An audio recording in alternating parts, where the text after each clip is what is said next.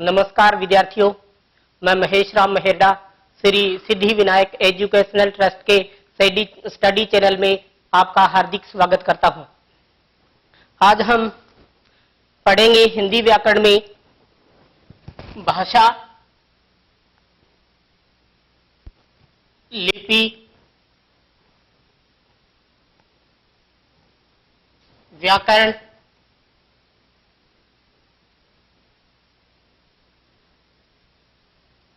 वर्ण और स्वरों की मात्राएं।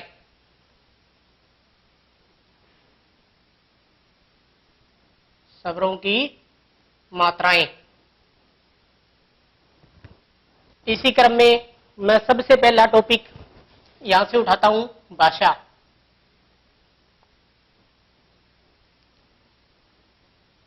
सबसे पहले हम भाषा की परिभाषा लिखेंगे। परिभाषा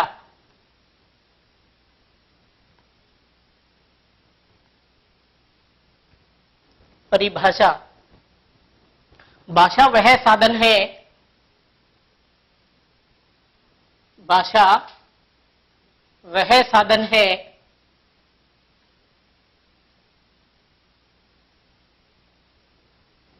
जिससे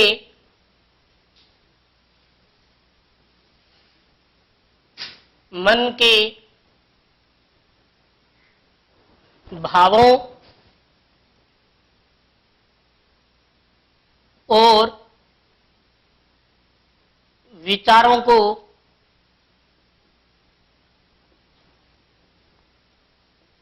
पढ़कर, लिखकर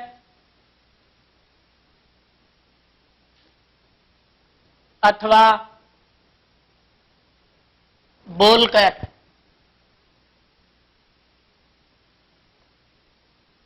दूसरों के सामने प्रकट करते हैं।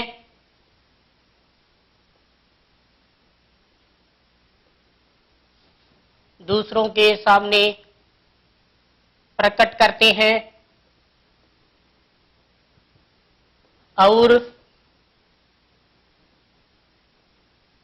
दूसरे के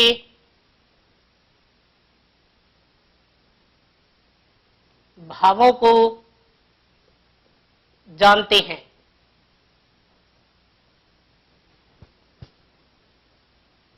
तो ये है भाषा की परिभाषा।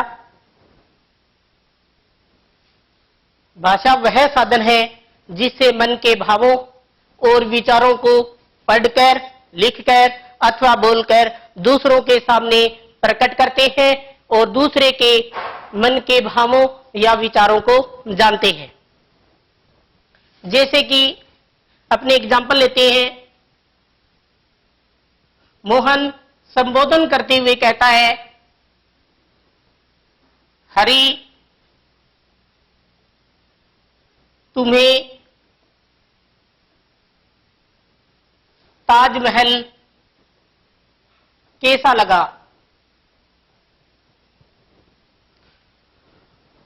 और हरि जवाब देता है, यह वास्तव में बहुत सुंदर है।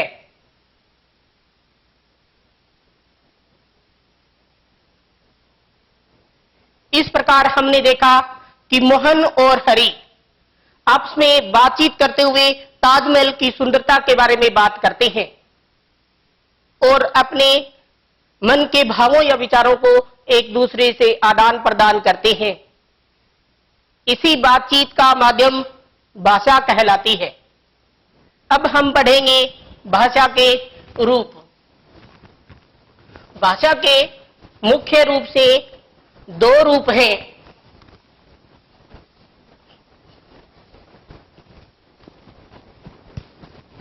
भाषा के मुख्य रूप से दो रूप हैं जो इस प्रकार है। पहला है मौखिक या बोलकर और दूसरा है लिखित या लिखकर। अब इसमें से पहला टॉपिक उठाते हैं मौखिक भाषा। मौखिक या बोलकर। तो इसकी परिभाषा हो जाएगी, जब हम बोलकर मन के भावों को प्रकट करते हैं,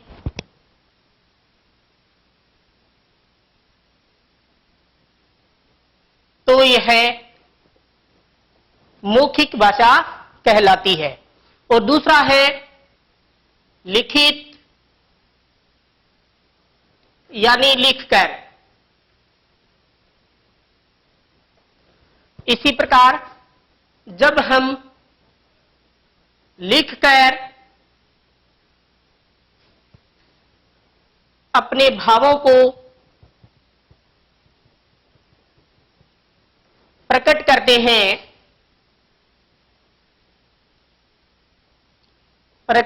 हैं, तो यह लिखित भाषा कहलाती है। लिखित भाषा कहलाती है। भाषाएं अनेक हैं, जैसे हिंदी है,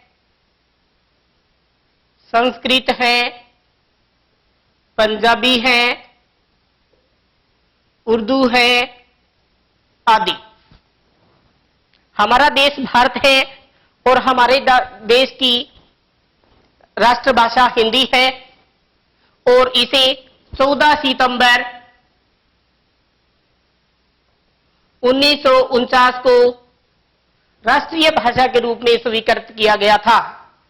इसलिए 14 सितंबर को प्रतिवर्ष हिंदी दिवस के रूप में मनाया जाता है। अब हम आगे का टॉपिक उठाते हैं। दूसरा जो टॉपिक था हमारा लिपि। जैसा कि हमने पहले पढ़ा कि मन के भावों या विचारों को जब हम लिखकर या बोलकर या पढ़कर अभिव्यक्त करते हैं तो वह भाषा कहलाता है। इसी प्रकार लिपि भाषा का लिखित रूप, भाषा का लिखित रूप लिपि कहलाता है। भाषा का लिखित रूप लिपि कहलाता है। प्रत्येक भाषा की अपनी लिपि होती है, जैसा कि हिंदी भाषा की लिपि है, हिंदी भाषा की लिपि है देवनागरी। हिंदी भाषा की लिपि है देवनागरी। प्रत्येक भाषा की अपनी अपनी लिपि होती है। जैसे संस्कृत की जो लिपि है वो भी है देवनागरी। इसी प्रकार अगर अंग्रेजी लिख देता हूं, संस्कृत की लिपि भी है देवनागरी। इसी प्रकार बात करें, अंग्रेजी भाषा की लिपि है रोमन। पंजाबी की लिपि का नाम है गुरुमुखी।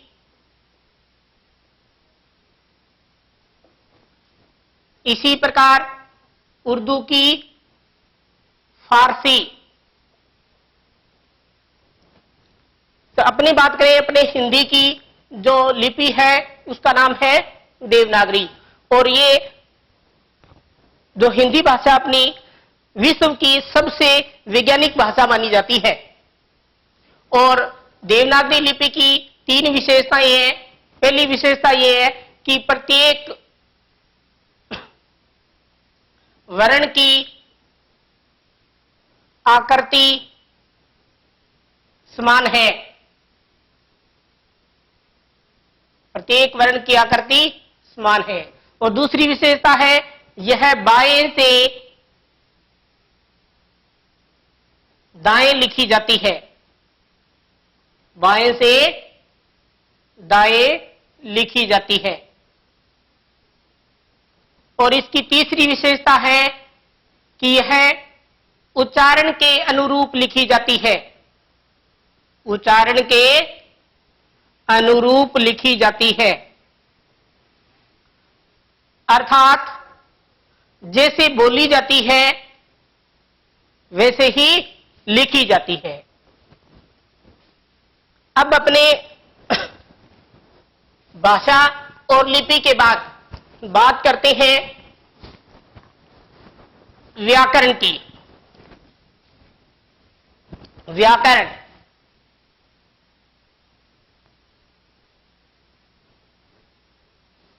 भाषा और व्याकरण का आपस में बड़ा गहरा संबंध है। व्याकरण भाषा की अशुद्धता को शुद्ध करके उसकी रक्षा करती है। जैसे कि मैं यहां पर एग्जाम्पल लिखता हूं, नीता कपड़े सीता है। यह पहला एग्जाम्पल हो गया, नीता कपड़े सीता है। और दूसरा एग्जाम्पल लेता हूं, घोड़ा खड़ी है। घोड़ा खड़ी है। उपरोक्त दोनों वाक्यों में हमें अर्थ का बोध प्रकट नहीं हो रहा है, इसलिए वाक्य अशुद्ध है। ये अशुद्ध कैसे है, ये हमें व्याकरण से पता चलता है। प्रत्येक भाषा का व्याकरण अलग अलग होता है। हिंदी भाषा का व्याकरण अलग होता है, पंजाबी का व्याकरण अलग होता है, अंग्रेजी भाषा का व्याकरण अलग होता है। इसी प्रकार हिंदी भाषा का व्याकरण जो है वो अलग होता है। अब अगर देखें कि पहले वाक्य में कर्ता जो है वो नीता है, तो जो क्रिया है वो भी, जैसे नीता स्त्रीलिंग है तो क्रिया भी स्त्रीलिंग में ही प्रयुक्त होनी चाहिए। दूसरे वाक्य में घोड़ा पुल्लिंग है तो क्रिया भी पुल्लिंग में ही प्रयुक्त होनी चाहिए। तो इनके शुद्ध रूप होंगे, नीता कपड़े सीती है। नीता कपड़े सीती है।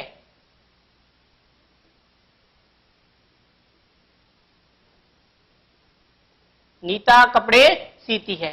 इसी प्रकार ये होगा, घोड़ा खड़ा है। ये इनके शुद्ध रूप हैं। अतः अब अपनी परिभाषा की बात करें तो व्याकरण वह शास्त्र है, व्याकरण वह शास्त्र है जिसके अंतर्गत या जिसमें भाषा को शुद्ध रूप में पढ़ना, शुद्ध रूप में पढ़ना, लिखना एवं बोलना आता है। बोलना आता है। अर्थात व्याकरण वह शास्त्र है जिसके माध्यम से हम किसी भी भाषा को शुद्ध रूप में बोलना, पढ़ना एवं लिखना सीखते हैं। अब अपने व्याकरण के भाग पढ़ेंगे। व्याकरण के भाग। व्याकरण को निम्न 3 भागों में बांटा जाता है, जिसमें पहला आता है वर्ण विभाग, और दूसरा टॉपिक आता है शब्द विभाग,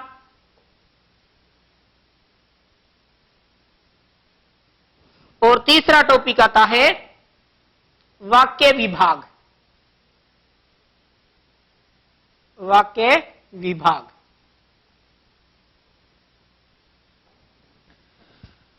वर्ण या अक्षरों से मिलकर शब्द बनते हैं। इसके अंतर्गत वर्ण या अक्षरों को शुद्ध रूप में शुद्ध बोलना एवं लिखना सीखने के नियम आते हैं। शब्द विभाग में शब्दों की रचना, इसके भेद एवं इसका उच्चारण सीखते हैं। वाक्य विभाग वर्णों से शब्द और शब्दों से वाक्य बनते हैं और इसके अंतर्गत वाक्य के भेद एवं वाक्यों की रचना के नियम आते हैं। अब अगर बात करें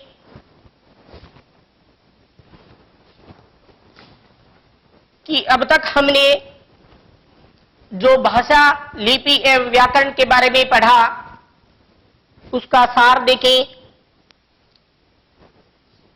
तो भाषा के दो रूप होते हैं, मौखिक और लिखित। प्रत्येक भाषा की एक लिपि होती है, जैसे कि हिंदी की अपनी लिपि है देवनागरी, और हिंदी भाषा को 14 सितंबर 1949 को राष्ट्रीय भाषा के रूप में स्वीकृत किया गया था, इसलिए 14 सितंबर हिंदी दिवस के रूप में मनाया जाता है। किसी भी भाषा को शुद्ध रूप में पढ़ना, लिखना एवं बोलना सीखने के लिए उसका व्याकरण सीखना जरूरी है। इसी प्रकार अगर अपने आगे पढ़े वर्ण, भाषा की सूक्ष्म इकाई, भाषा की सूक्ष्म इकाई वर्ण है, या वह छोटी से छोटी ध्वनि, वह छोटी से छोटी ध्वनि जिसके आगे टुकड़े न किए जा सके,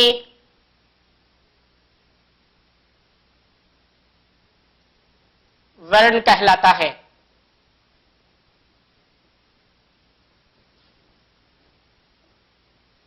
वर्ण को ही अक्षर कहते हैं। जैसे कि ए, ई, उ, कै, चे, पे, पे, पे, ये सब वर्ण है। फिर वर्ण के भेद, वर्ण के भेदों को मुख्य रूप से दो भागों में बांटा जाता है। प्रथम स्वर और दूसरा व्यंजन। हिंदी भाषा में स्वरों की संख्या 11 है और व्यंजनों की संख्या 33 है। अगर कुल वर्णों की बात करें तो हिंदी भाषा में कुल वर्णों की संख्या 11 + 33 = 44 है।